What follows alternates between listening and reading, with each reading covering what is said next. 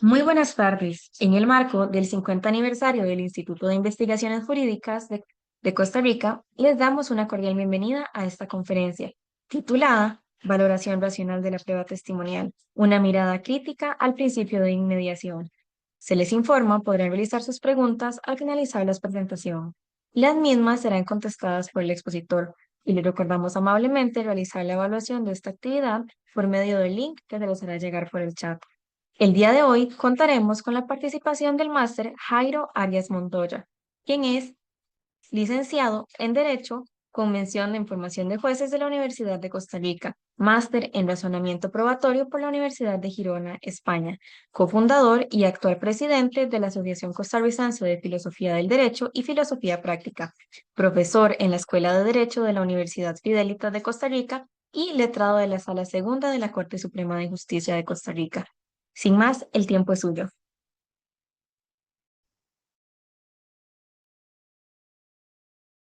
Muy buenas noches. Muchas gracias al instituto por hacerme parte de estas interesantes ciclo de conferencias. Obviamente para mí es un honor que se me haga formar parte de este aniversario de una institución tan importante para el conocimiento jurídico costarricense.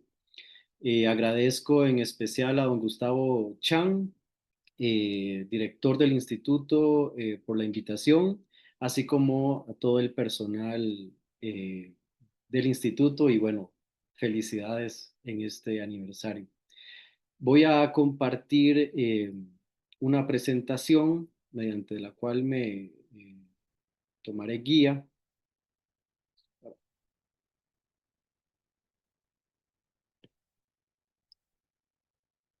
corroborar que esté todo en orden. Sí, me parece que se está viendo, ¿verdad? Si me lo pueden confirmar. Sí, correcto, la estamos viendo. Gracias. Eh, bueno, he podido seguir casi que todas las conferencias por los ciclos temáticos que han habido, tal vez no en tiempo real, pero sí de forma diferida, y me parece que han estado siendo muy interesantes. Eh, y este ciclo, relacionado sobre todo con el razonamiento probatorio, me parece muy pertinente. Ahorita les voy a hacer una mención, pero digamos que el análisis de lo fáctico dentro del derecho, digamos que no es lo más usual, pero tiene una importancia, ¿m? Tanto, cuidado y no o más, que la cuestión propiamente jurídica. Si uno se pone a ver cualquier, digamos, norma de estructura fundamental, básicamente se compone de una consecuencia jurídica que se asigna a un cierto supuesto fáctico. Eh, y aunque siempre nuestras discusiones giran en torno a lo que se denomina la quaestio iuris, ¿verdad? Que vamos a la interpretación de la formulación normativa y todo este tipo de discusiones, hay que tener en cuenta que lo primero es tener el hecho por probado para ver si es el caso que el supuesto fáctico que establece la norma existe. Solo después de este momento, en la operación, digamos, de una decisión típicamente judicial, solo después de ese momento podemos discutir la cuestión del derecho. En ese ámbito, ¿verdad? En ese ámbito de lo fáctico o de lo que se ha denominado más recientemente el razonamiento probatorio, es que yo voy a brindar mi presentación, tomando como principal o como un ejemplo, digamos, una de las pruebas con la cual me parece nos sentimos más habituados y habituadas, ¿verdad?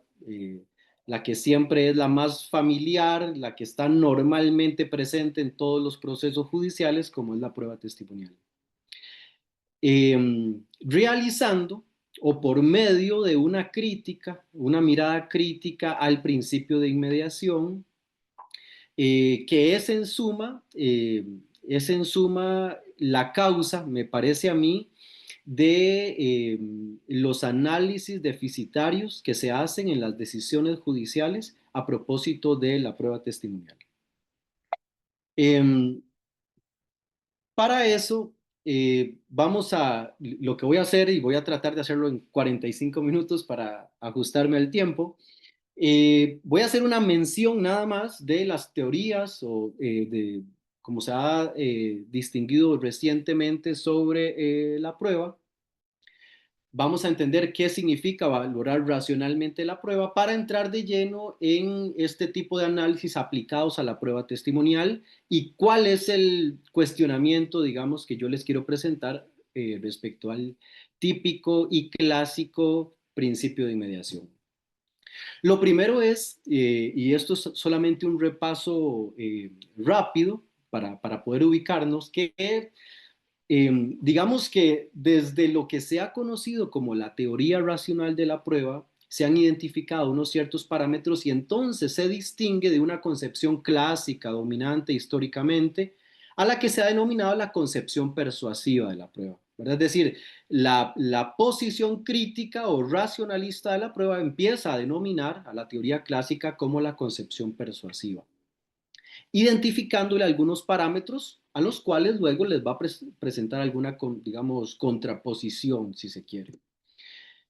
¿Cuáles son los elementos principales de la concepción persuasiva de la prueba? Bueno, él establece que el único criterio para la decisión sobre unos hechos es la íntima convicción de la persona juzgadora, ¿sí? Este estado psicológico en el cual el juez o la jueza íntimamente se encuentra convencido o convencida, y por convencido o convencida se puede entender casi cualquier cosa, y ese es el único criterio que se va a utilizar dentro de esta concepción para definir cuándo un hecho está probado o no. La concepción persuasiva de la prueba presenta, y por eso es que quienes nos están escuchando pueden identificar estas cosas como familiares, tienen o parte de una versión fuerte del principio de inmediación.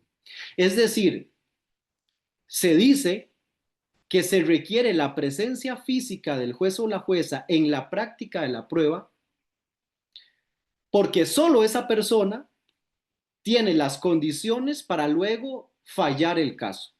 Es incomprensible dentro de esta función que una persona juzgadora que practique la prueba no sea la misma que dicta el fallo. Básicamente porque se dice o se entiende o se asume que ese contacto directo del juez o la jueza con la prueba, y digamos en específico la prueba testimonial, le permite un algo, yo no sé muy bien qué, ese contacto directo le permite algo, entrar en una cierta dimensión como para tener acceso privilegiado para valorar la prueba. Ahorita vamos a entrar a esto. Claro, vean ustedes que si el criterio de decisión es un estado psicológico del juez o la jueza cuando esta persona se encuentre convencida, entonces coherentemente el sistema le exige poca o cuidado y no nula justificación. Porque si el criterio de decidir es el convencimiento del juez, el juez va a decir, yo estoy convencido, sí, bueno, ok, listo, hecho probado. Las razones digamos que sobran. Y a su vez, entonces, se dificulta el control de ese análisis de la prueba, digamos, normalmente es reducido. Es decir, en instancias superiores, mediante recursos de impugnación, no se puede valorar la prueba o revisar la valoración de la prueba. Sin embargo, vean ustedes que incluso con una raíz, digamos, típicamente anglosajona, desde 1982 con William Twining, incluso antes, tal vez con Jeremy Bentham, pero Twining empieza a identificar ciertos pensadores que están escribiendo y identificando ciertos elementos alrededor del análisis de la prueba en el derecho y digamos que simplifica estos componentes comunes o estos criterios comunes entre estos pensadores y empieza a hablar de una cierta escuela de prueba racional, digamos, una cierta tradición, ¿no? de prueba racional. Pero vean ustedes que en nuestro contexto, digamos, en nuestro derecho continental, ya Luigi Ferrajoli en su obra Derecho y Razón tiene un primer capítulo que habla sobre la epistemología, digamos, en el derecho. Recuerden que esta obra es una de las obras fundamentales sobre el garantismo penal, pero su primer capítulo es sobre lo que Ferrajoli llama entre el decisionismo judicial, digamos, dentro de esta, que se puede ubicar dentro de esta concepción persuasiva, y el cognoscitivismo, ¿verdad? Es decir, que tener un hecho por probado significa que el juez conoce que ese hecho ocurrió. Luego, Tarufo, en su libro sobre la prueba de los hechos en 1991, cabe rescatar que Luigi Ferrajoli es traducido por Perfecto Andrés Ibáñez en el 95 y Tarufo en el 2002, digamos, al español por Jordi Ferrer Beltrán, y entonces ya ahora sí nos llegan, si se quiere, en castellano, digamos, más análisis de esto, principalmente con la obra de Los Hechos en el Derecho de Marina Gascón Avellán y Prueba y Verdad en el Derecho de Jordi Ferrer Beltrán. Es decir, que tenemos más o menos 25 años de que en nuestro sistema continental se ha venido estudiando este análisis de la prueba. Y por eso a mí me parece absolutamente pertinente que en un espacio como este, en el ciclo de conferencias del instituto, podamos conversar de esto. Porque no puede ser que tengamos cerca de 25 años que ya se está analizando y sin embargo, digamos, nuestra doctrina, la jurisprudencia digamos, y propiamente los sistemas de normas no han, me parece, al menos con el detenimiento que se requiere, observado. Pero bueno, entonces, ¿qué es lo que más o menos identifican todos estos autores y autoras? Bueno, la finalidad de la prueba ya no es la íntima convicción, sino es la averiguación de la verdad. Es decir, la finalidad de la prueba y el objetivo de la prueba en un proceso judicial es averiguar la verdad. Y hecho probado ya no significa juez o jueza convencido, sino que una hipótesis está suficientemente corroborada. Para que una hipótesis esté suficientemente corroborada, poco importa el estado psicológico de la persona que está valorando eso.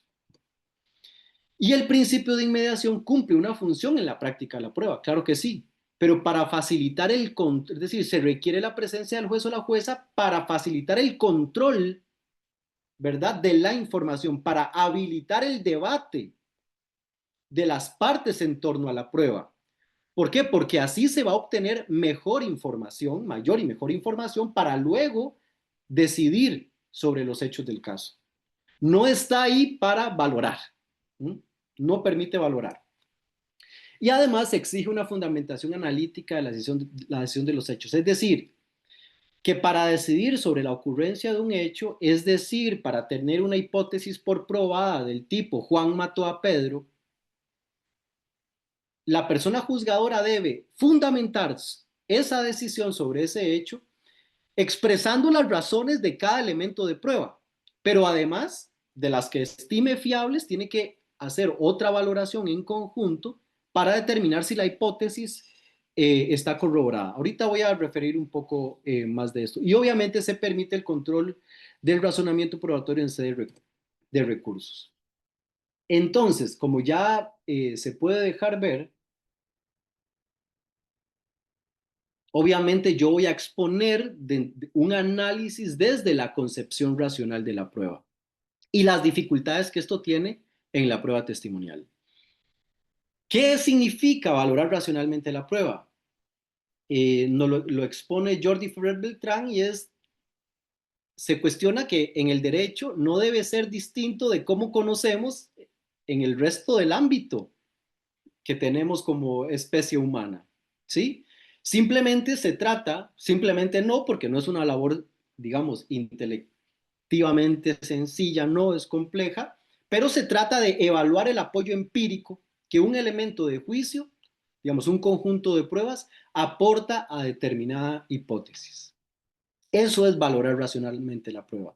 Si se quiere, es una actividad externa a la íntima convicción del juez, ¿sí? Tanto así que esa hipótesis, con este mismo conjunto de elementos de prueba, debería quedar corroborado, supongamos, independientemente de la persona que valore. ¿sí? Porque debería acudirse a criterios objetivos. Ahora, pero, entonces, recordemos que en la concepción persuasiva, como, juez, ¿usted se convenció? Sí, ok, listo, ¿y qué nos va a decir, digamos? Sin embargo, acá necesitamos justificar que tal hipótesis está corroborada. Justificar significa brindar razones en favor de la verdad de la cierta afirmación que estamos analizando, ¿no? Imagínense un enunciado del tipo Juan mató a Pedro. Valorar racionalmente es ofrecer los fundamentos, ¿m?, que permiten afirmar la verdad de esa afirmación. Esto que Ana Villalobos Blanco insiste mucho también, y es que, claro, y que tiene sobre todo mucha importancia tratándose del derecho. Digamos que la justificación o el tipo de razones en favor de nuestras creencias para poder considerarlas conocimiento siempre es contextual, ¿sí? Es decir, la determinación de buenas razones para tener por corroborada una determinada hipótesis va a depender del contexto en el que se encuentre. De pronto, en un cierto contexto, unas ciertas razones van a ser buenas y en otras no, ¿sí? Y es el caso del proceso judicial. Tenemos este expediente que se parece a este otro, pero aquí el testigo no llegó. No, ese mismo documento que tenemos acá no está, aunque los hechos son los mismos, las razones que se tienen en cada contexto, digamos, pueden ser diferentes y la justificación debe atender a ese contexto. Supongamos un ejemplo, a ver si me están captando. Supongamos que alguien afirma este enunciado, en la madrugada llovió, ¿verdad? Es un hecho pasado. Y ofrece una serie de razones. Bueno, entonces sucede, como sucede en el derecho, digamos, típicamente procesal. Bueno, ¿y por qué por qué dice usted que en la madrugada llovió? Y se ofrecen una serie de razones, ¿verdad? Resulta que en la noche el Instituto Meteorológico pronosticó lluvias. Además, cuando yo me despierto, el cielo está gris y el césped está mojado. ¿Yo puedo saber con esto si verdaderamente en la madrugada llovió? Obviamente no. Yo no puedo estar absolutamente seguro. Pero si tengo el pronóstico del Instituto Meteorológico, tengo corroboración empírica del cielo y además del césped mojado, con probabilidad yo puedo decir que en la madrugada llovió. Ahora, pero si ustedes me preguntan, mire, ¿y por qué usted? Yo aseguro que en la madrugada llovió. ¿Y por qué? Porque fíjense ustedes que tuve un sueño con unos unicornios y todas las veces que yo tengo un sueño con unicornios, siempre está lloviendo. Estoy convencidísimo. Se pueden distinguir el tipo de razones. Un juez dentro del ámbito de la concepción persuasiva, si yo estoy realmente convencido porque todas las veces me pasa y no tengo un ápice de duda, se debería tener eso por probado, ¿sí? Pero dentro de la valoración racional, no. Lo que importan son las razones. Vengan de donde vengan, no es el juez o la jueza, cuánto estudia, cuánto no, no es eso. Importan las razones. Son el tipo de razones lo que nos va a brindar digamos, nos va a permitir calificar si la valoración ha sido racional o no. No es lo mismo el análisis del Instituto Meteorológico, cielo gris, césped mojado, que soñé con unicornios, ¿sí? Ya había referido esto sobre, digamos, el análisis que se hace de cada elemento de prueba, su fiabilidad, etcétera, y después el análisis en conjunto que se hace para ver si la hipótesis está corroborada o no. Vean ustedes, algo que yo quiero que observen es que, claro, si tenemos 25 años de desarrollo de esta teoría de la prueba y entonces uno observa la normativa que pretende regular, digamos, el proceso de conocimiento de los hechos y uno no entiende, ¿sí? Hay cosas como que sí, hay cosas que dan una tendencia, digamos, a buscar la mayor racionalidad. Luego esa misma norma que busca esto entra en conflicto con otra. Sin embargo, vean, por ejemplo, que el Código de Trabajo prohíbe hacer referencias generales al conjunto de la prueba como un elemento de justificación.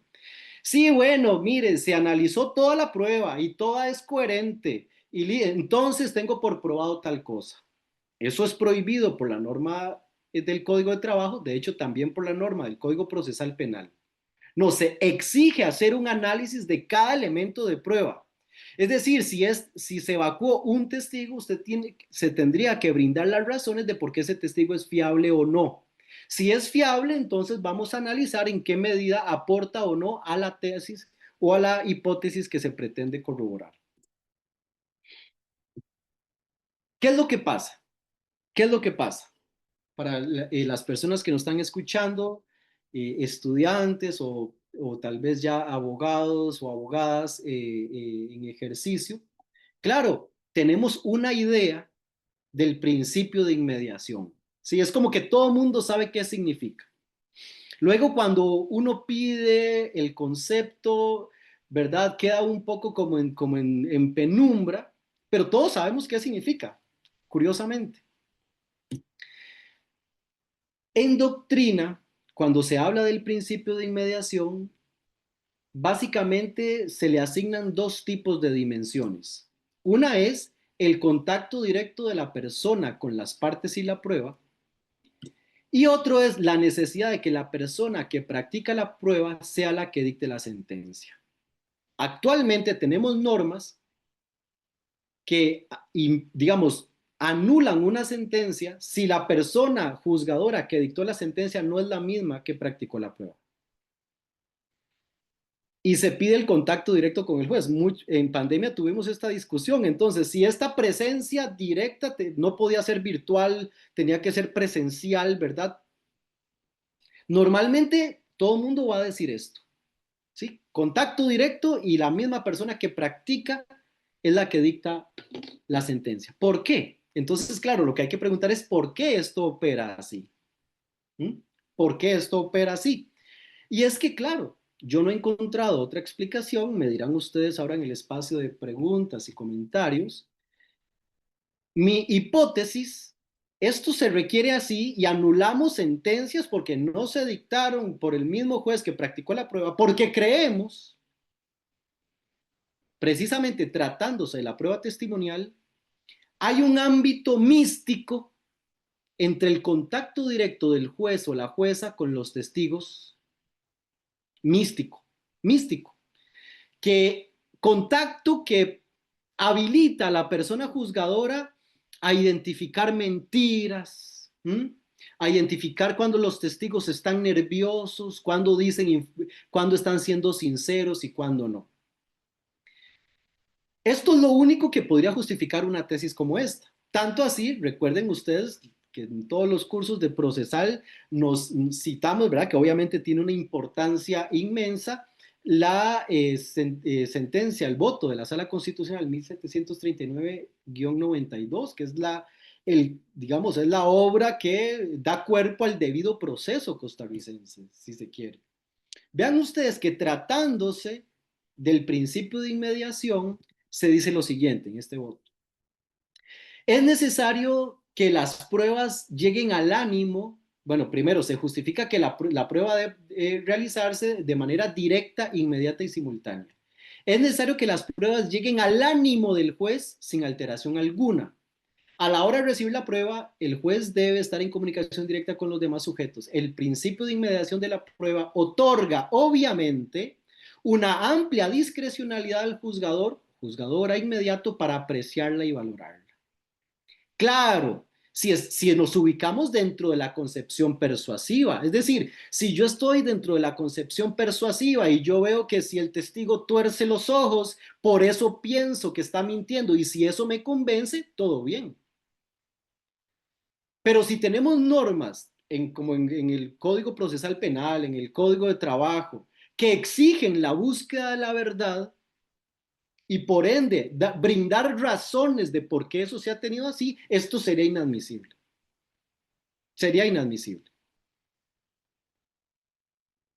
Vean ustedes que incluso se justifica que, claro, entonces, ¿por qué solo el juez que practicó la prueba puede valorar y solo él tiene la discrecionalidad, ¿verdad? Solo él tuvo ese acceso mágico a ese momento, a esa dimensión mágica para valorar. Nadie más tiene ese contacto directo.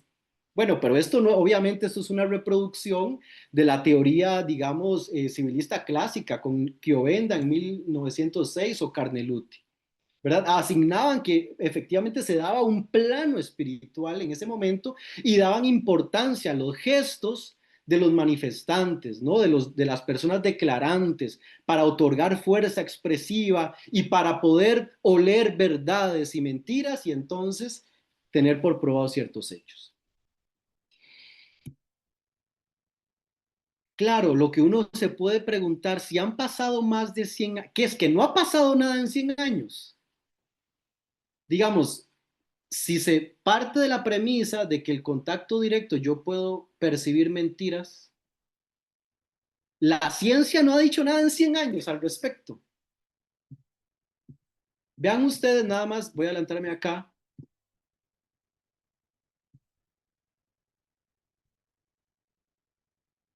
François Gorf tiene un libro sobre la crítica del testimonio y decía, él veía todo esto que estamos observando y decía, no, claro, lo que pasa es que la ciencia del testimonio es demasiado reciente para que haya decidido todavía a los legisladores a seguir sus nuevas vías. Es todavía demasiado reciente. Hace 100 años había dicho eso, ¿verdad? O sea, no puede ser que han pasado 100 años casi y esta frase todavía se mantenga vigente. Voy un poco más rápido. Por ejemplo, bueno, así buscando una sentencia del Tribunal de Apelación eh, de este año, se le cuestiona sobre una prueba y dice, claro, lo que pasa es que para conservar la prueba recibida, ¿qué hay que hacer para que la prueba recibida se conserve en la memoria de los jueces? ¿Mm? Por el contacto directo con ellos. Y analizadas estas circunstancias, con el solo hecho de que ha transcurrido más de un mes desde la recepción del testimonio y en resguardo del debido proceso, en cuanto al análisis de la prueba que realizar, se considera que existe una pérdida de inmediatez. Como las declaraciones pasaron hace un mes, ya no hay nada en la mente del juez, entonces se perdió el principio de inmediación. Pero luego nos encontramos con esto. El Código de Trabajo tuvo una reciente reforma porque decía que quien había dictado la sentencia, practicado la prueba de dictar la sentencia. ¿Y qué pasaba? De que a jueces o juezas se les acababa el nombramiento, entonces no dictaban la sentencia, entonces había que anular. Pero entonces se hace una reforma. Claro, como hay que consagrar y mantener el principio de inmediación, la reforma fue en el sentido de que la persona que haya realizado la audiencia conservará la competencia para dictar la sentencia aun cuando haya dejado de ejercer funciones. Consideramos tan sacramental ese contacto directo que le dice, aunque ya no sea la persona jueza, se haya ido, aún así mantiene su competencia para dictar. Pero vean qué extraño, porque luego el 480 dice que las pruebas practicadas o evacuadas válidamente en otro proceso podrán incorporarse en otro sin necesidad de ratificación. Incluso habla de la prueba testimonial. Ah, no, no, pero suave. Pero no es que ese contacto directo es tan trascendental que hasta extendemos el nombramiento de los jueces, bueno, su competencia para fallar, pero luego nos permite esto. O imaginen ustedes en penal un tribunal que practica la prueba y que luego no sea ese tribunal el que dicta la sentencia. Impensable, ¿no? Impensable. Pero sin embargo está el anticipo jurisdiccional de prueba. ¿Mm? Entonces, no, o se tiene ese contacto directo celestial o no. ¿Qué son este tipo de inconsistencias? Claro, me parece que es que ya no se sostiene pensar que se requiere necesariamente o ese contacto directo del juez con la prueba otorga un sentido privilegiado o epistémico privilegiado. No es el caso. Esto lo que supone, esta concepción de la inmediación, lo que supone es no atender a lo que Gorfe nos invitaba hace 100 años a mirar a la ciencia del testimonio. Actuamos como hace siglos sin echar mano del conocimiento científico a propósito de cómo funciona nuestro cerebro, nuestra memoria.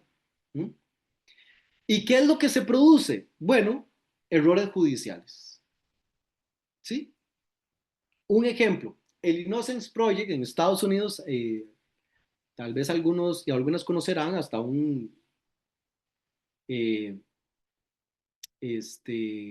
programa en Netflix tiene o tuvo, ha dado cuenta de errores judiciales principalmente con condenas falsas. Claro, en los años 90 se implementa la prueba de ADN y entonces este proyecto de inocencia empieza a analizar casos para contrarrestar la información, digamos, de la condena con prueba de ADN, obviamente cuando habían fluidos, cuando había posibilidad de hacerlo.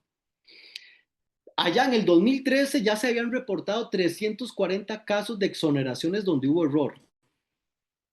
Y se analizan más o menos 6 causas o 6 factores del error.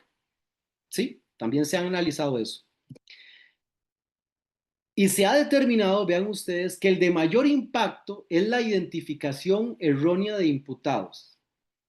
Es decir, para enero del 2013 se reportaba que un 72% de los casos donde hubo exoneración posterior a la condena, el error se debió a que un testigo dijo, sí, ese yo lo vi, estoy segurísimo, yo lo vi. 72% de las condenas falsas, el factor del error era identificación de errónea de imputados. Les pongo un caso, nada más para que lo tengan ahí, podemos conversarlo después. Yo trabajé como defensor público. Recuerdo un caso que lo he contado en otros contextos, donde creo que en el Parque España o una cosa así sucede un robo. ¿Sí?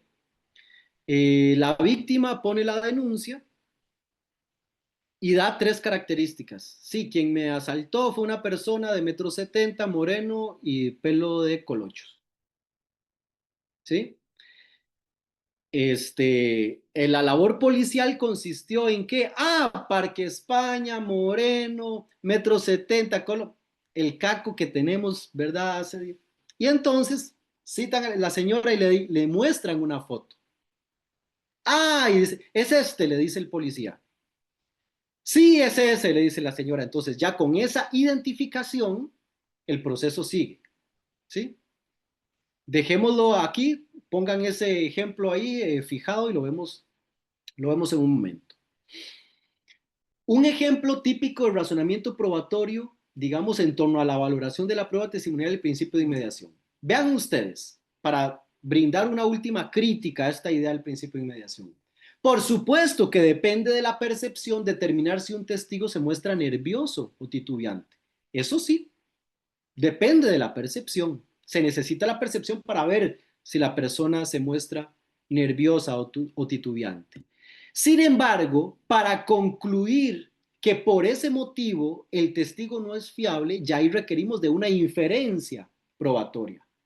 ¿Sí? Ya ahí se requiere de un razonamiento que podríamos reconstruir de la siguiente manera, y obviamente para que este sea un razonamiento, digamos, con una estructura lógica, requiere una premisa mayor.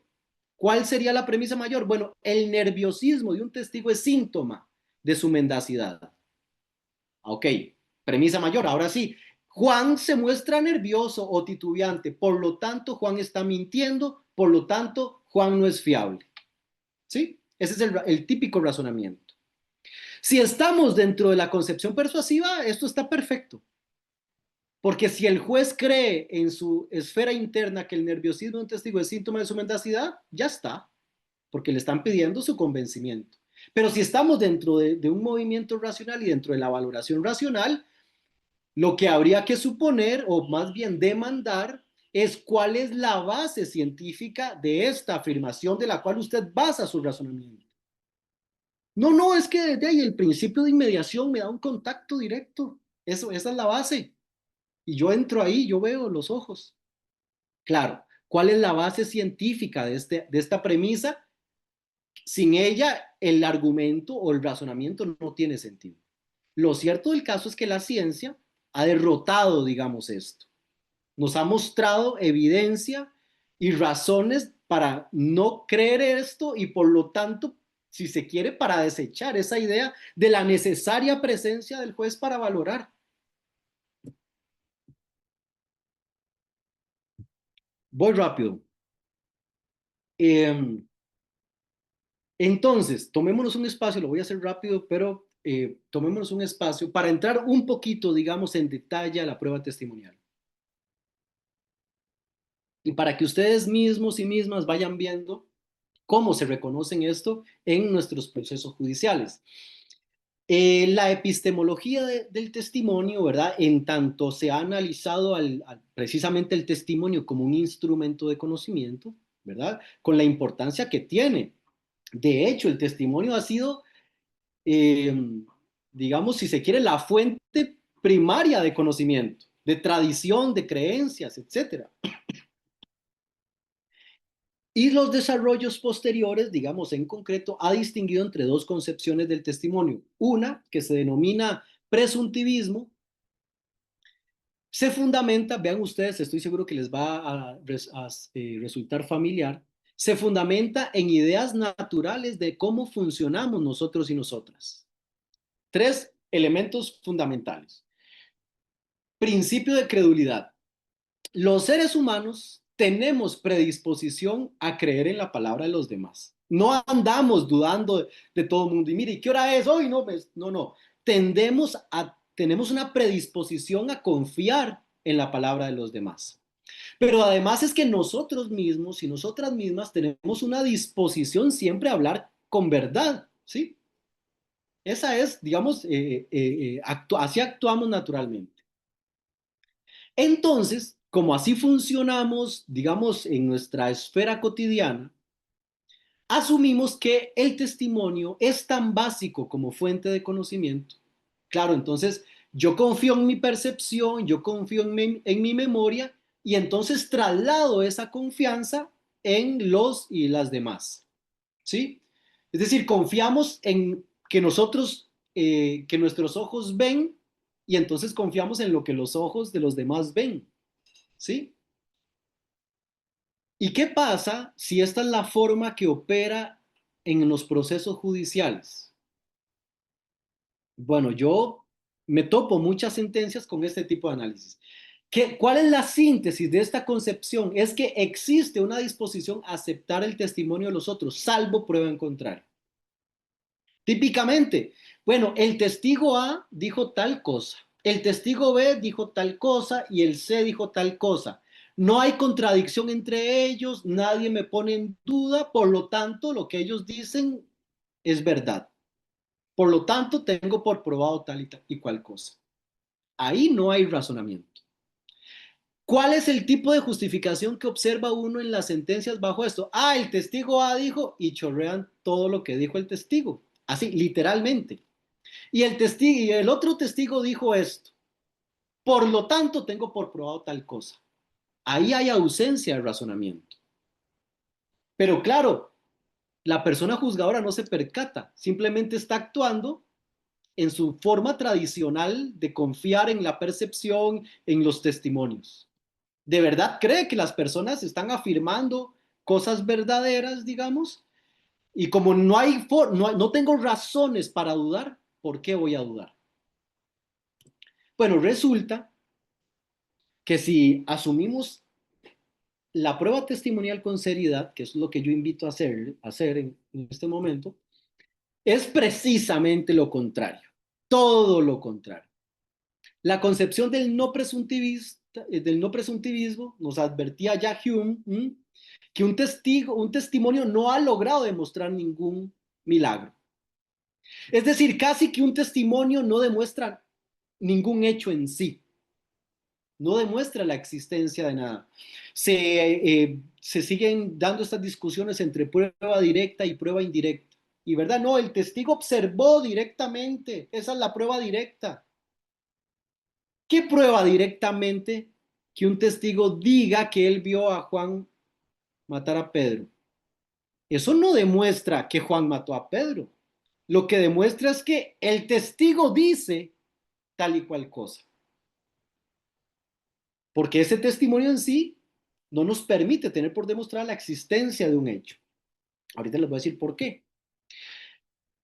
Entonces, acá ya dudamos del testimonio, dudamos de la memoria, y entonces para poder tomar en cuenta una declaración testimonial deben excluirse las razones negativas que llevan a dudar del testimonio.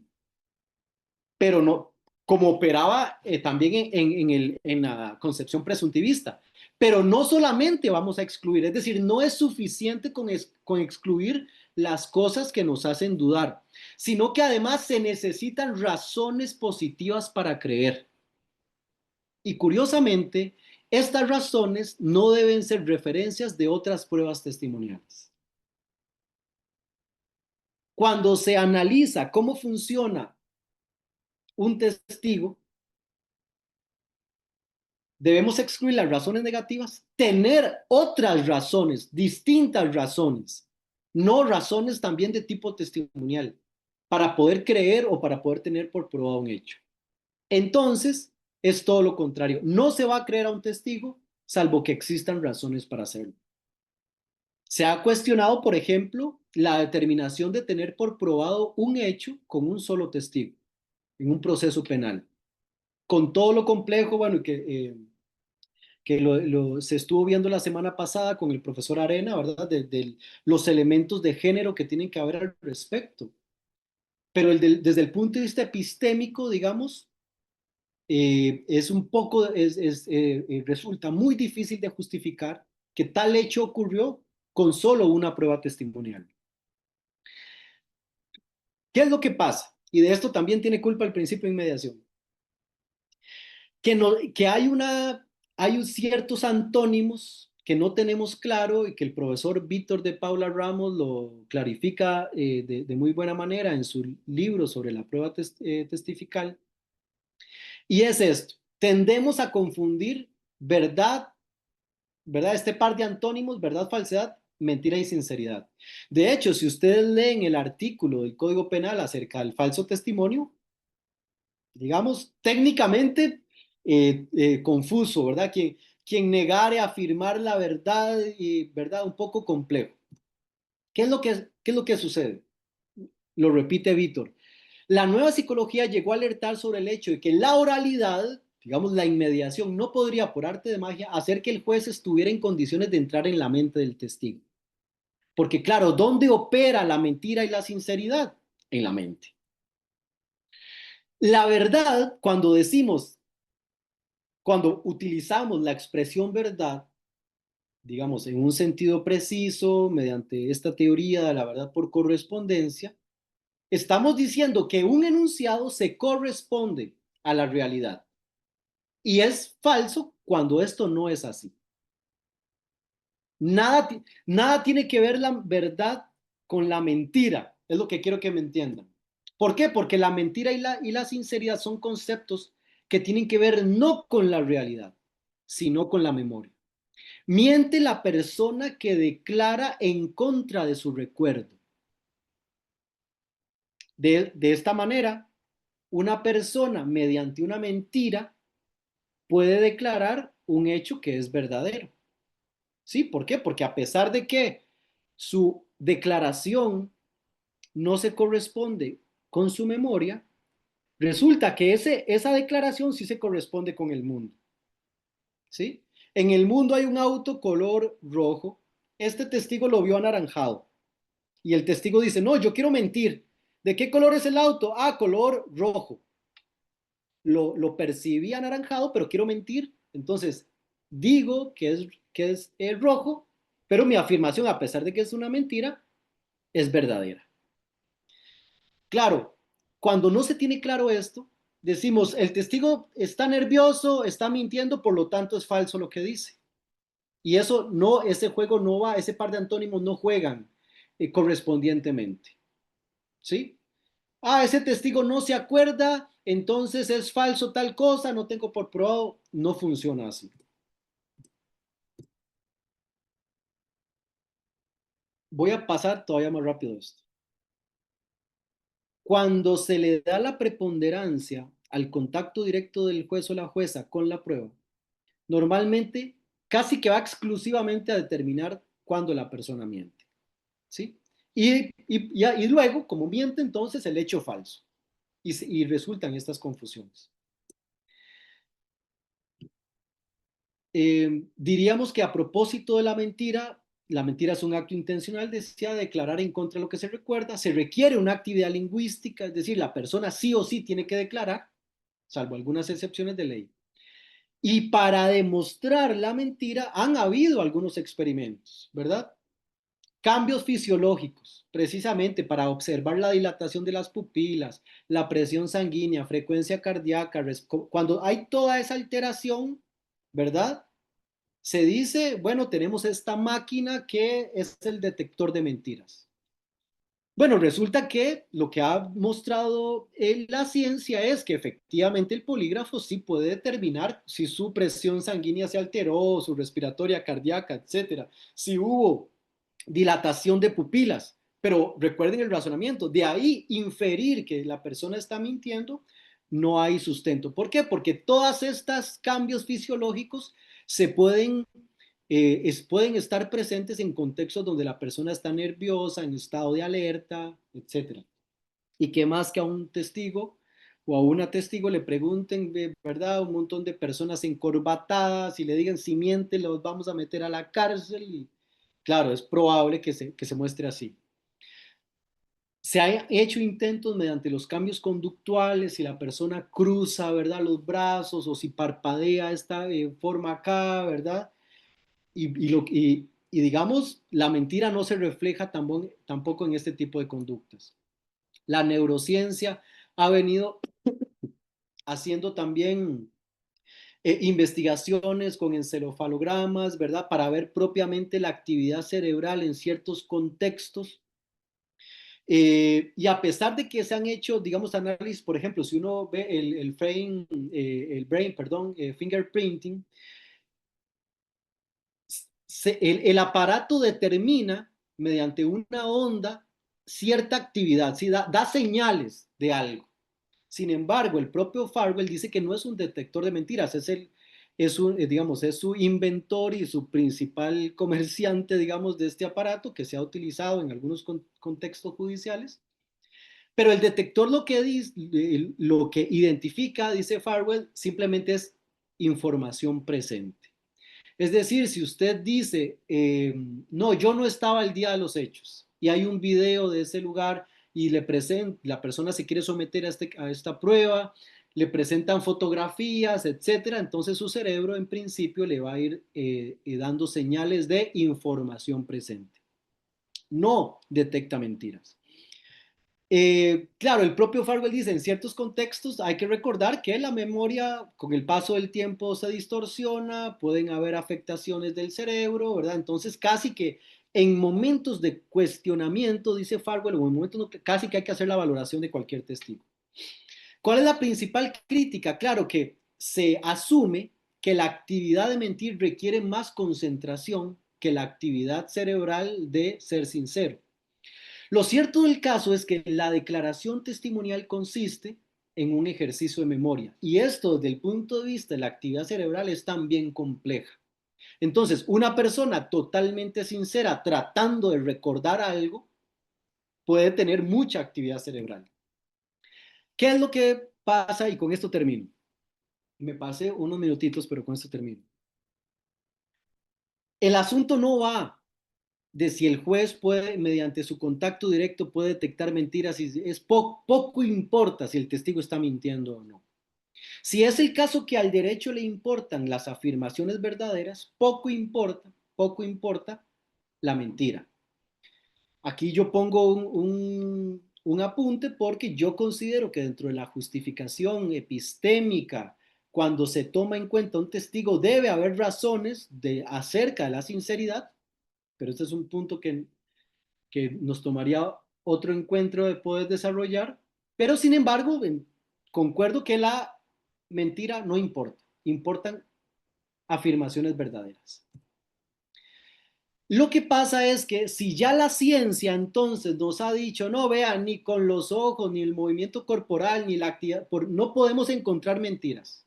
Y entonces, si ni siquiera las máquinas, como un juez ahí, ¿verdad? Viendo al testigo en la audiencia, va a decir, ah, no, está mintiendo, está mintiendo.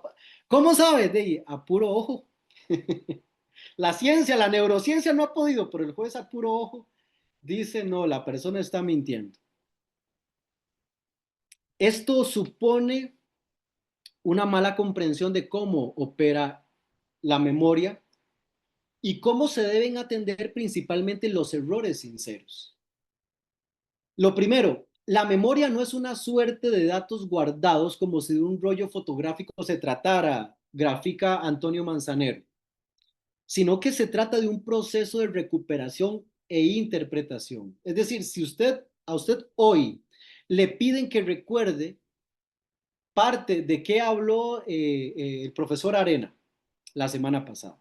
No es que esa información usted la percibió acá hace 8 días y quedó acá impregnada, ¿verdad? En su cerebro y usted rebobina, ah, ok, ya me la encontré y la trae. No, no, no.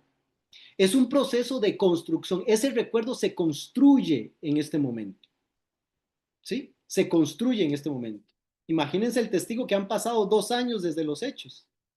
El día que el juez le pregunta, está reconstruyendo, construyendo en ese momento el recuerdo. Entonces, la idea de que la memoria puede ser resguardada es falsa. Nos dice Antonio Manzanero que si nosotros queremos información de calidad mediante la prueba testimonial, deberíamos actuar exactamente igual que como hacemos con la prueba de ADN. Imaginemos una prueba, una escena de un delito donde hay algún fluido, sangre, semen o una cosa así. Como los peritos saben que esa prueba se puede contaminar, lo primero que debe hacerse es resguardarse, seguirse la cadena de custodia y que esa información no sea alterada, porque si no la prueba se pierde. Antonio Manzanero, que es un psicólogo que trabaja muchísimo con psicología del testimonio, digamos, y en el contexto jurídico, dice, así deberíamos actuar con la prueba testimonial. Si resulta que el testigo hoy presencia un evento, ¿verdad? Y, no sé, un asalto en un auto, bala, no sé. Llega a su casa, bueno, da el número de teléfono para que lo llamen y tomarle testimonio. Llega a su casa, le comenta a su esposa, a su esposo lo que pasó. Esta persona le refiere otros eventos similares. Resulta que mañana el asalto sale en las noticias y otras personas dicen cosas sobre ese evento, de qué color era tal cosa, cómo se fueron, cómo... Y si a este testigo lo llaman 2 meses después, el testigo cree, y por eso se habla de errores sinceros, el testigo cree que está refiriendo lo que él percibió hace 2 meses, pero en realidad está construyendo su recuerdo y toda la información que ha entrado en su memoria a propósito del evento ha contaminado ese recuerdo. Y ese recuerdo es muy poco probable recuperarlo originalmente, digamos. Entonces, si esto es así, ¿cuál es? Claro, lo que nos dice, por ejemplo, Juliana Mazzoni y Antonio Manzanero, lo que nos dicen es, no, ¿qué hay que hacer? Y esto conlleva, por supuesto, una reformulación de los sistemas judiciales. No, primero, el testigo presenció de inmediato, llévenlo, llévenla, tómenle una declaración en una narración libre, que las preguntas no sean dirigidas, ¿verdad? Graben eso porque esa información ya nunca más va a estar. Creemos que está. Todos actuamos creyendo que esa información está ahí y por eso todo depende de si el testigo mintió o no, pero en realidad no opera así nuestro cerebro. ¿Cuáles son los elementos que habría que contemplar? La percepción, ¿verdad? Cuestiones objetivas como la luminosidad, la distancia, el tiempo de exposición de la persona, ¿verdad? Con el evento. Cuestiones subjetivas como situaciones de contexto. Recuerden ustedes que es típicamente normal que una víctima de un asalto pueda describir el tamaño, las rayaduras, el color del arma y no pueda decir nada acerca del rostro de la persona que la estaba asaltando. Y es porque el cerebro en ese momento de alerta su foco se concentra en uno de los elementos, el que considere más amenazante. Y entonces, ¿cómo opera en las dinámicas procesales? No, ¿cómo es posible que puede describir el arma perfectamente y no pueda dar un detalle del rostro? No, está mintiendo, no le crean. Testigo desechado. Pero si sabemos cómo opera, ese testigo es valioso, ¿sí? La recuperación, el tiempo transcurrido, intercambio de historias, la distorsión y la actividad, sesgos cognitivos. Cierro con esto. Recuerden el ejemplo del asalto en el Parque España. La testigo, la víctima, dice, sí, moreno, 1,70 m de colochos, en el Parque España. El policía dice, no, claro, ahí siempre asalta este caquito, ¿verdad? Entonces, le llevan la foto a la testigo y dice, sí, claro, es ese. Ahí pueden operar muchos sesgos cognitivos, ¿verdad? Primero, ¿por qué? Porque la autoridad me está refiriendo confianza, seguridad además, y opera un cierto sesgo. En este caso, recuerdo que llegamos al juicio. Claro, a la persona, a este imputado lo detienen, rueda de personas, lo identifica, y además ahí opera otro sesgo de confirmación, ¿verdad? Porque yo ya tengo la información, la foto la tengo y entonces lo veo y simplemente opera el sesgo de confirmar la hipótesis de que yo ya de por sí tenía. Recuerdo en ese caso que estábamos en juicio y yo le pregunté a la testigo, como, pero usted lo ha reconocido, pero ¿por qué es que lo recuerda? ¿Lo recuerda por el asalto o por la foto que le presentó el policía? No, por la foto, dijo, por la foto. Y entonces, claro, el fiscal muy hábil dice, no, pero bueno, un momento, ¿verdad? Ahí, obviamente, en la dinámica del proceso, la persona que la asaltó está aquí, sí, ¿verdad? Y está uno con corbata, la otra persona no, ¿verdad? Bueno, sí, ¿quién? Ahí está, ¿puede señalarlo? Sí, lo señala. A pesar de que había elementos para cuestionar esa testigo de que en realidad ella lo reconocía por la foto que le mostró el policía y no por el evento, el tribunal dice, no, reconocimiento aquí en juicio, que más que eso es, ¿verdad? Reconocimiento directo y listo.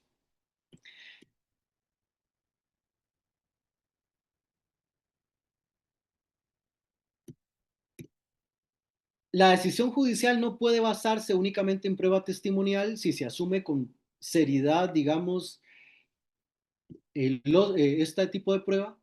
Las declaraciones testimoniales deben corroborarse con otro tipo de pruebas. Idealmente, el diseño institucional debería contemplar tratamiento más adecuado de esta prueba.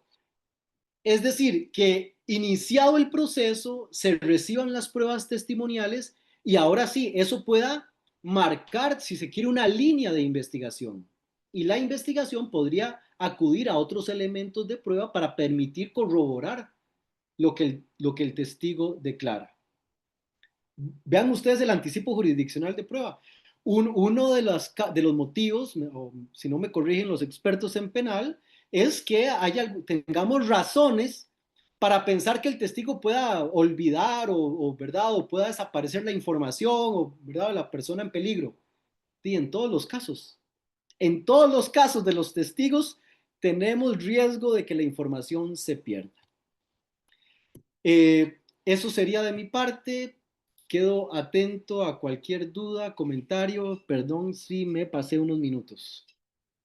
Gracias. No se preocupe, don Jairo. Más bien, muchísimas gracias. Realmente en esta ocasión le agradecemos al máster Jairo Ayas por compartir sus conocimientos con nosotros.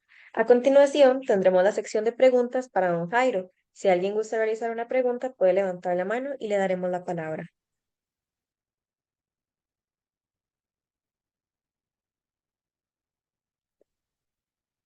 Bueno, bueno, tenemos una pregunta. Valeria, adelante. Buenas tardes. Muchas gracias, Jairo, por la presentación. La mía es una pregunta más que todo de forma. En una de las diapositivas habló del anticipo jurisdiccional que estaba en el Código Procesal Penal. No sé si era en el artículo 292 o 293, pero le quería preguntar qué significa eso, porque en realidad no lo tengo claro. Muchas gracias. Claro, sí, creo que es el 293, no lo tengo aquí a la mano, pero básicamente, Valerie, es que el proceso penal tiene esta posibilidad de adelantar, si se quiere, un pedacito del juicio, ¿verdad? Y esto es cuando un testigo, y bueno, aquí también está don Jeffrey Gonzaga, que a lo mejor nos pueda aclarar un poco, el que es experto. Cuando hay razones de que un testigo pueda estar en riesgo su vida o tengamos algún motivo, cuando una de las partes tiene un motivo para considerar que esta prueba no va a estar para el momento del juicio, se puede hacer un adelanto y entonces se puede recibir ese testigo desde antes del proceso, ¿verdad? Creo que incluso desde antes de la acusación y todo, al puro inicio. Claro, esto solo tiene validez, entonces esa declaración se resguarda, ¿verdad? En audio, video, y solamente se utiliza en el juicio más adelante si efectivamente las condiciones de sospecha se dieron, ¿verdad? La persona no está en el país o falleció o alguna cosa. Si no, igual el testimonio se debe recibir. Que esto es interesante, ¿verdad? Porque es precisamente, es un actuar contrario a lo que yo les he estado planteando. Ahorita que Jeffrey, que tiene la mano levantada, a lo mejor si quiere ampliarnos de esto, podría ser también interesante escucharlo. Gracias, Valerie. Bien, le damos la palabra a don Jeffrey.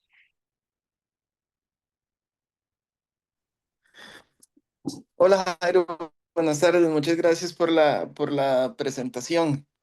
Antes de hacer el par de preguntas que yo tenía, lo del 293 que planteaba la participante Valerie, es que el artículo que regula la materia sobre el anticipo jurisdiccional prevé como alguno de los supuestos en los que procede eh, esta diligencia es cuando exista probabilidad de que el testigo olvide circunstancias esenciales sobre lo que conoce. Entonces, es efectivamente como lo había expuesto Jairo. Jairo, mis dos preguntas, a veces a nosotros nos cuesta trasladar todo este conocimiento eh, teórico que nos ha aportado, sobre todo la psicología del testimonio, a otros aspectos prácticos. Y quiero asentarme en tu ruptura del paradigma del peso que tiene la inmediación en la prueba testimonial y amparándome también en las circunstancias particulares que inciden en la contaminación de la prueba testimonial para plantear dos asuntos.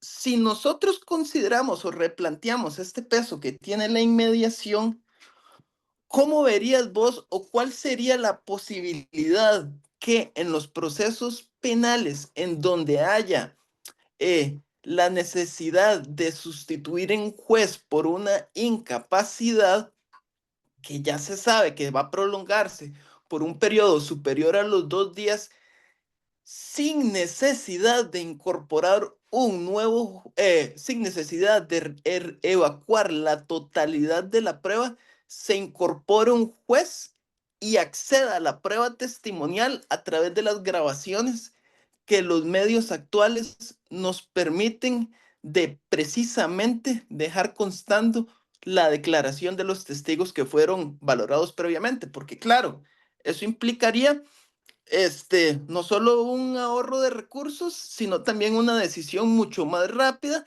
Claro, porque la oposición más fuerte sobre estos aspectos generalmente viene en la necesidad de que el nuevo juez eh, tenga acceso a la prueba testimonial por medio de la inmediación. Y el otro paso adicional que habría en el mismo sentido en un supuesto que no tenga mayor complejidad en los casos en los que sea necesario ordenar el reenvío. ¿Cuál sería la necesidad de evacuar toda la prueba testimonial cuando precisamente esas versiones ya están contenidas en grabaciones y la reproducción de una nueva declaración no solo por el paso del tiempo, que el segundo juicio podría ser mucho tiempo después, sino por los factores externos, como por ejemplo el que mencionabas, de que pudo haberse enterado de otros aspectos del resultado del primer juicio por medio de la prensa y eso haya podido incidir en su testigo. Entonces,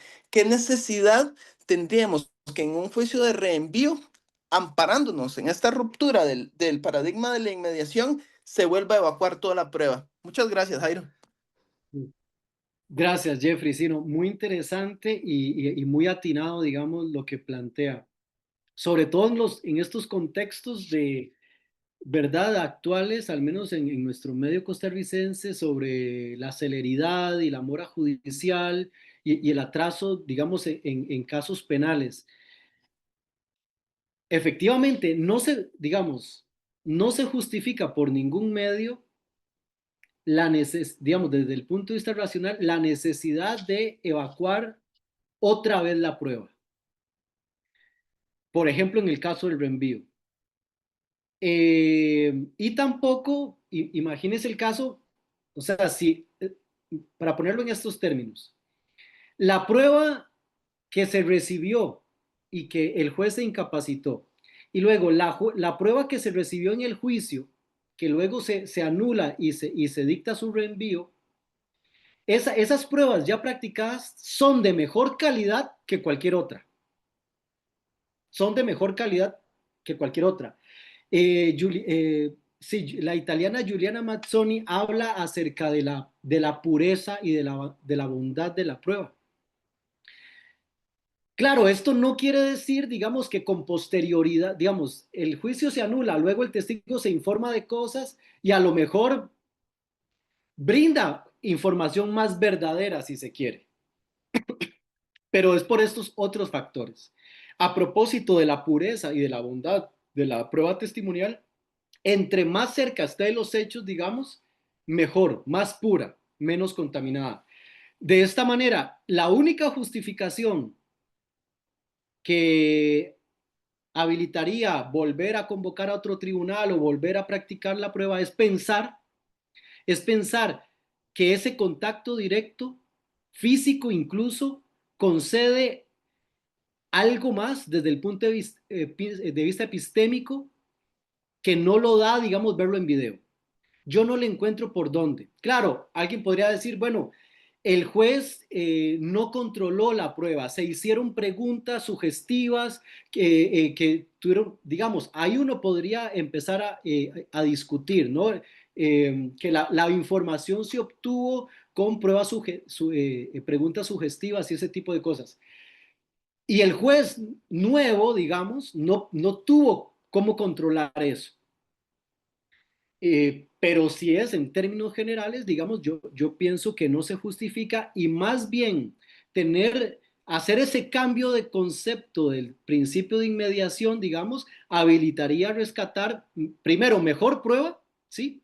Prueba de mejor calidad, esa que ya se practicó y obviamente reducir los tiempos, ¿verdad? Entonces, sí, en ese tanto me parece que son puntos importantes como bien lo dice Jeffrey, de consecuencias prácticas, digamos, que se pueden derivar, digamos, de este replanteamiento de la prueba testimonial. Muchísimas gracias, don Jairo. Ahora le damos la palabra a Nicolás. Muchas gracias, profe, por la presentación. Le tengo una pregunta que tal vez le recuerda alguna discusión con la profe Ana. Es la siguiente. Dentro de su teoría probatoria y epistemológica, ¿cabe la distinción conceptual entre verdad real y verdad formal? ¿Tiene alguna crítica ante tales conceptos o los acepta plenamente? Yo los considero conceptos inconvenientes que se prestan a confusión, o sea, que prestan a confundir. ¿Por qué? Porque luego la gente piensa que hay dos tipos de verdades, que una verdad es la del proceso y que una verdad es la de afuera, ¿sí? Y la verdad solo hay una, ¿verdad? Juan mató a Pedro. ¿Esto es verdadero o falso?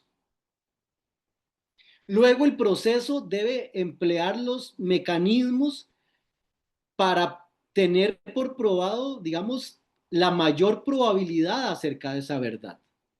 ¿Sí? Ahora, si yo creo que esto es simplemente un error conceptual, y es decir que supone que hecho probado significa verdad, digamos verdad de cualquier tipo, material o real. No, hecho probado es hipótesis corroborado con las pruebas del expediente, con esa limitación, ¿sí? Luego, se tiene la finalidad, y por eso el tipo de razones que se exigen, de buscar la verdad. Pero hecho probado no significa nada en relación con la verdad. Significa hipótesis corroborada con los elementos de juicio, con los elementos de prueba. Entonces, yo creo que se presta confusión, sobre todo es, digamos, me parece muy inadecuado cuando la gente piensa que hay tipos de verdades y eso confunde más. Eh, y por eso es mejor, eh, me parece, simplemente utilizar el término verdad y hecho probado y distinguir esto, ¿verdad? Ya con eso creo que sería suficiente. No sé si Muchísimas contesto. gracias. Muchísimas gracias, don Jairo. Ahora me permito leer porque tenemos varias preguntas por medio de Facebook. La primera dice, ¿cómo garantiza el principio de inmediación la objetividad del juez en la valoración de la prueba, más que todo en la testimonial?